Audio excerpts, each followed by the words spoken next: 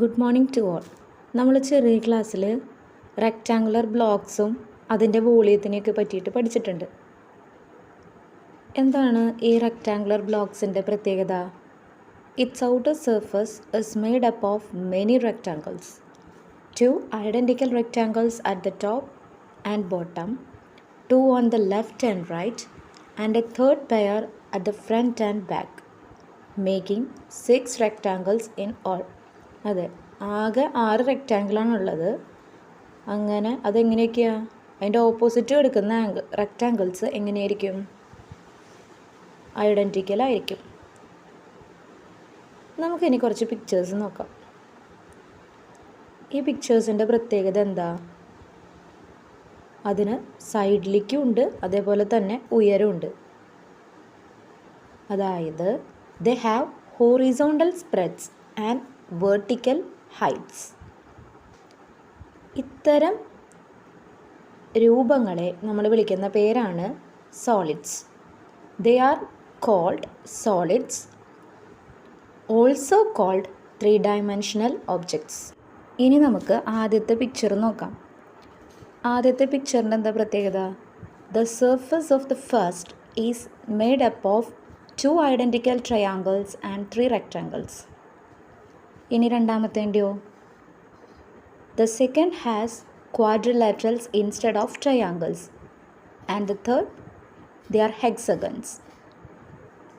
In general, the surface of any one of them is made up of 2 identical polygons and rectangles of the same height with the polygons as opposite sides.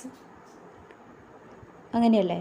അതായത് അതിൻ്റെ രണ്ട് സൈഡിൽ ഒരുപോലത്തെ polygon വരും, ബാക്കി എല്ലാ ഭാഗങ്ങളിലും same ഹൈറ്റുള്ള rectangles ആയിരിക്കും.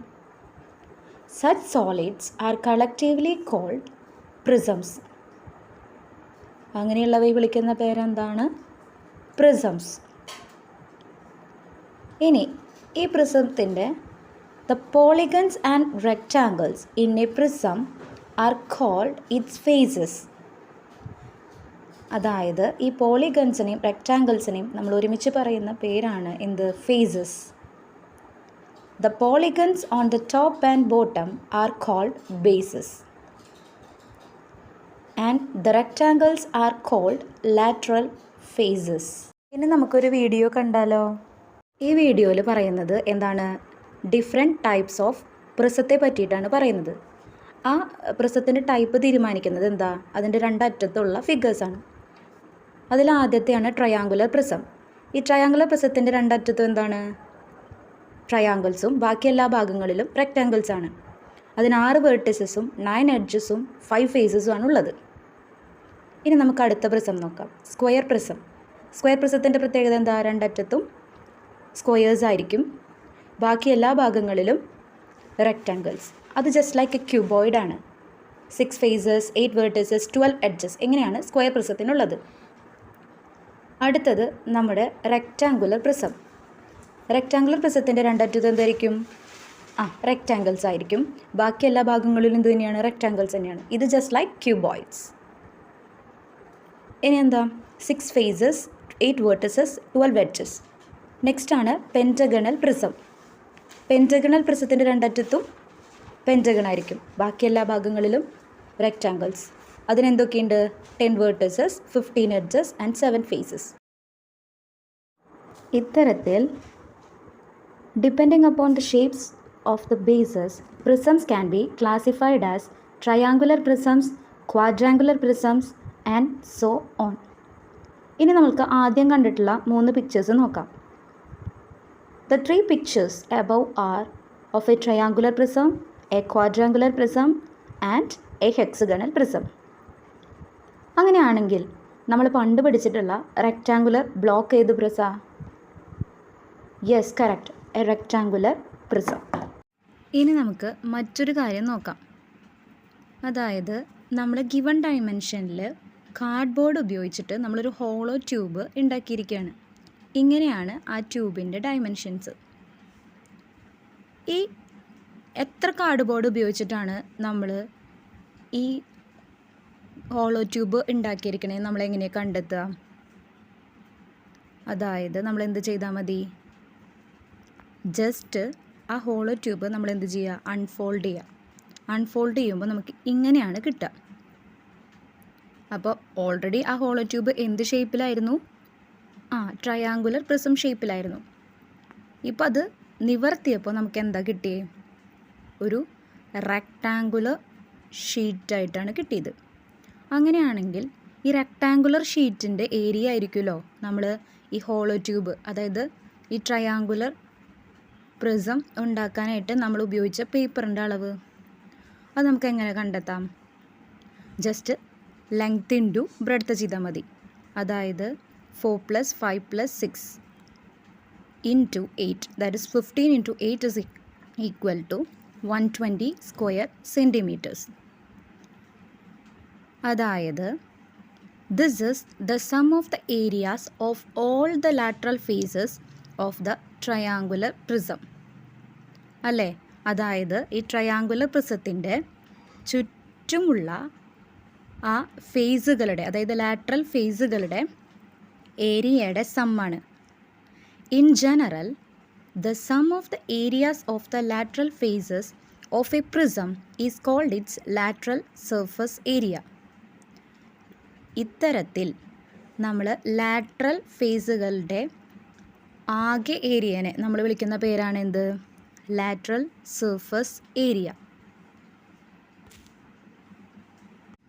ഈ ലാറ്ററൽ സർഫസ് ഏരിയ കാണാൻ ഉപയോഗിച്ചതിൽ ഈ 4 + 5 + 6 എന്തായിരുന്നു, അതായത് ബേസ് ട്രയാങ്കിളിൻ്റെ എന്തായിരുന്നു, പെരിമീറ്റർ ആയിരുന്നു. അപ്പോൾ 8 അത് അതിൻ്റെ ഹൈറ്റ് ആയിരുന്നു. അതായത് lateral surface area of A triangular prism എന്ന് പറയുന്നത് എന്താണ്, ബേസ് ഏരിയ ഇൻറ്റു ഹൈറ്റ് ആണ്.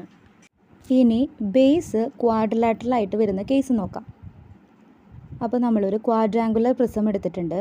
അതിൻ്റെ ബേസിലുള്ള ക്വാഡ്രിലാറ്ററലിൻ്റെ sides A, B, C, D എന്നിങ്ങനെയാണ്. അതിൻ്റെ ഹൈറ്റ് h.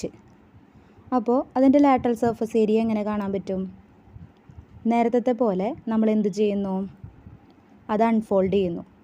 അൺഫോൾഡ് ചെയ്യുമ്പോൾ നമുക്ക് എന്ത് കിട്ടും, ഒരു റെക്റ്റാങ്കുലർ പീസ് ഓഫ് ഷീറ്റ് നമുക്ക് കിട്ടും.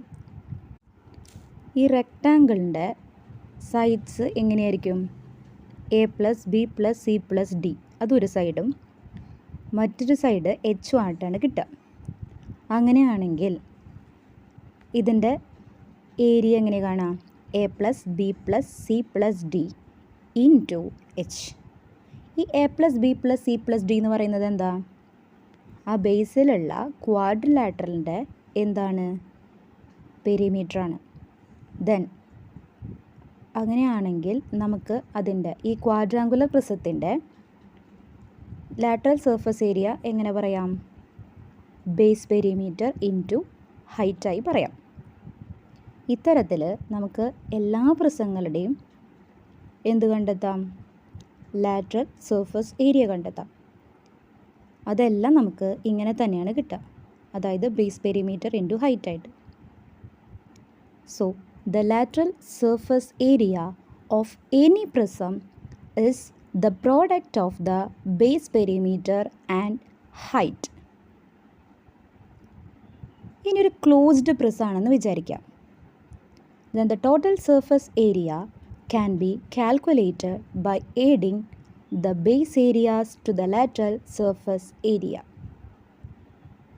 അപ്പോൾ എങ്ങനെ നമുക്ക് കാണാൻ പറ്റും, ഈ ലാറ്ററൽ സർഫസ് ഏരിയയുടെ കൂടെ അതിൻ്റെ ബേസ് ഏരിയാസ് ആഡ് ചെയ്താൽ നമുക്ക് എന്ത് കിട്ടും, ടോട്ടൽ സർഫസ് ഏരിയ കിട്ടും. Thank you.